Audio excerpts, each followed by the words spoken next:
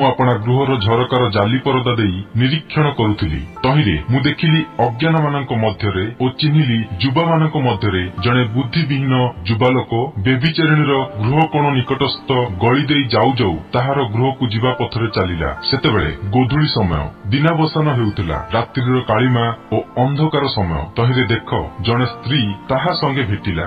से बेश्या वेशधारिणी ओ अंतकरणरे चतुरी। से बड़ तुंडी ओ अबाध्या।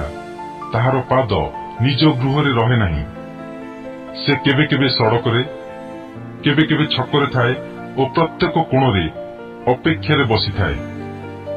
सेही स्त्री ताहाकु धरी चुंबन कला आउ निर्लज मुखरे ताहाकु कहिला, मंगलार्थक बळी मो निकटरे अछि।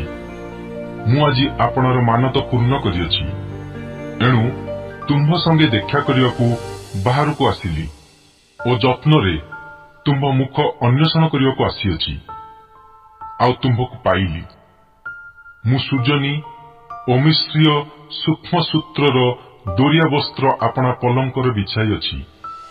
पुणी गंधरस ओ अगुरु ओ दारुचिनी रे मोहर सज्जा सुबासित करिअछि। आस आम्भे माने प्रभात जाए कामरसरे मत ओ प्रेमरे भोळ हेउ।